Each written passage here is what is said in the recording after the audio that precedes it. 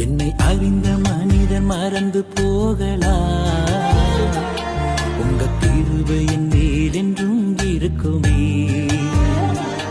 என்னை அறிந்த மனிதர் மறந்து போகலாம், உங்க கிருபை என் மேல் என்றும் இருக்குமே.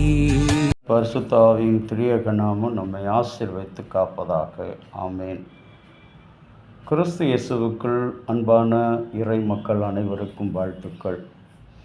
இந்த சிறப்பான நாளிலே ஆண்டவராகிய கடவுள் நமக்கு கொடுத்திருக்கிற சிந்தனையாக உபாகமம் 25ஆம் அதிகாரம், அவனை 40 அடி வரைக்கும் அடிக்கலாம், அதற்கு மேல் அடிக்க வேண்டாம், அதற்கு மேல் அடித்தால் உன் சகோதரன் உன் கண்களுக்கு முன்பாக எதிரே நீசனாய் தோன்றுவான்.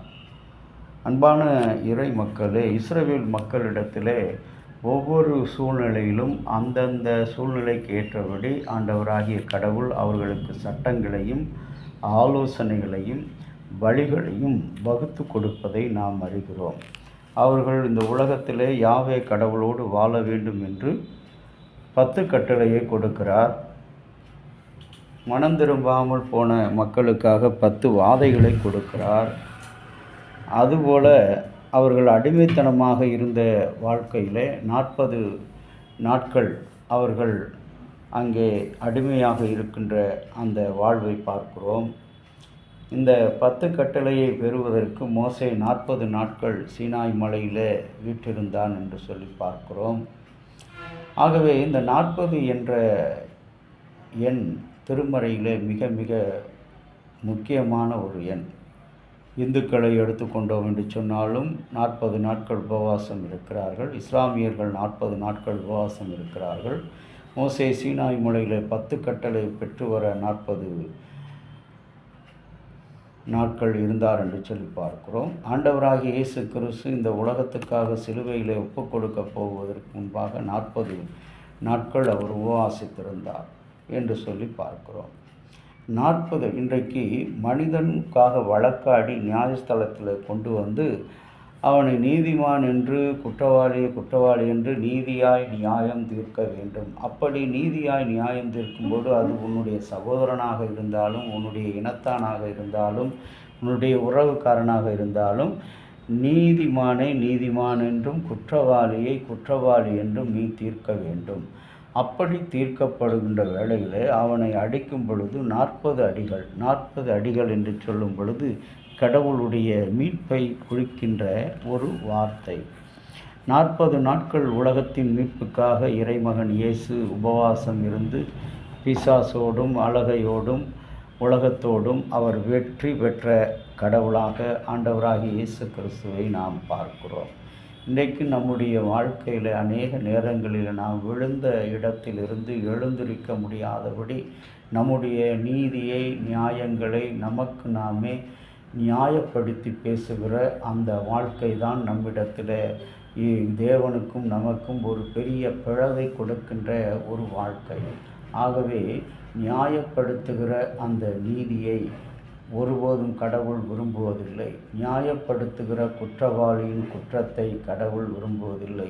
நீதியை நீதி என்றும் குற்றத்தை குற்றவாளி என்றும் நீ நியாயம் தீர்க்கும் பொழுது ஆண்டவராகிய கடவுள் உண்மையாகவே உன்னை இந்த உலகத்தில் அவர் நீதிமானாக வைக்கின்ற ஆண்டவராக இருக்கிறார்.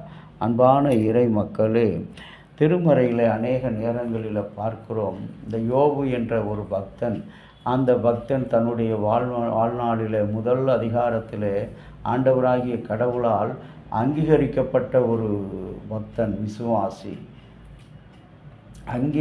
அங்கீகரிக்கப்பட்ட அந்த பக்தன் விசுவாசி இன்றைக்கு ஆண்டவரிடத்திலிருந்து சோதிக்கப்படுகிற ஒரு மனிதனாக, கடவுளே அந்த சோதனைக்கு அனுமதிக்கிறவராக, பிசாசை பார்த்து நீ அவனுடைய உயிரை மட்டும் விட்டுவிடு, அவனுடைய உடைமைகள் எல்லாவற்றையும் எடுத்துக்கொள் என்று சொல்கிறார். அன்பான இறை மக்களே, இன்றைக்கு நீதியையும் நியாயத்தையும் நமக்கு நாமே சுய நீதியையும் நமக்கு நாமே சுய குற்றத்தையும் செய்து அதை நியாயப்படுத்துகிற அந்த வாழ்க்கை ஆண்டவர் இன்றைக்கு 40 அடிகள் என்று சொல்லும் பொழுது நம்முடைய வாழ்வில் வருகிற ஒவ்வொரு கட்ட சோதனைகள், வாழ்க்கை, இவைகளை நாம் நினைவு கூற வேண்டும். அதுதான் அந்த 40 அடிகள். அப்படி 40 கடவுள் நாம் தாங்குவதற்கு தக்கதாக அடிப்பாரே ஒழிய, தாங்குவதற்கு தக்கதாக சோதிப்பாரே ஒழிய, அவர் அதற்கு மேலாக சோதிக்கவும் மாட்டார், அவர் வாதிக்கவும் மாட்டார். ஆகவே நாம் நீதியை நீதி என்றும் குற்றவாளியை குற்றவாளி என்றும் வழக்காடும் பொழுது சொல்ல வேண்டும். அது சொந்த ஜாதியாக இருந்தாலும், இனமாக இருந்தாலும், உறவினராக இருந்தாலும், கடவுளுடைய அந்த 40 அடிகளுக்கு நம்மை ஒப்பு கொடுத்து மனம் திரும்பி வாழ இறைவன் இந்த நாளை நமக்கு கொடுத்திருக்கிறார். இந்த நாளிலும் விசேஷமாக என்ன ஒரு முக்கியமான ஒரு நாள் என்னவென்று சொன்னால், சிறுதொழில் நாள், தேசிய விளையாட்டு நாள் என்று அழைக்கப்படுகிறது, சிறுதொழில் நாள் என்றும் அழைக்கப்படுகிறது. ஒவ்வொரு ஆண்டும் இந்த சிறுதொழில்களுக்கு முக்கியத்துவம் கொடுத்து அனைவரும் இயற்கையுடன் வாழ வேண்டும், ஆரோக்கியத்துடன் ஆசீர்வாதத்தோடு வாழ வேண்டும் என்று கடவுள் அழைத்திருக்கிறார். செபிக்கலாம். அன்பின் கடவுளே, இந்த நாளிலும் நீ கொடுத்த ஆண்டவரே, அந்த 40 அடிகள் எங்களுடைய வாழ்வின் சோதனைகளாக நாங்கள் எண்ணுகிறோம். இனிமேல் அப்படிப்பட்ட ஆண்டவரே, எங்களுடைய குற்றங்களை நாங்கள் நியாயப்படுத்தாதபடி, எங்களுடைய சுயநீதியை நியாயப்படுத்தாதபடி உமக்கு உகந்த வகையில் நடப்பதற்கு உதவி செய்யும். இறைமகன் இயேசுவின் வழியாக வேண்டுகிறோம் நல்ல பிதாவே, ஆமேன். தந்தையாகிய கடவுளின் அன்பும் மைந்தராகிய இயேசுவினுடைய அருளும் பரிசுத்த ஆவியினுடைய நல்ல உறவும் பாதுகாப்பும் அனைவரோடு கூட இருப்பதாக. ஆமேன்.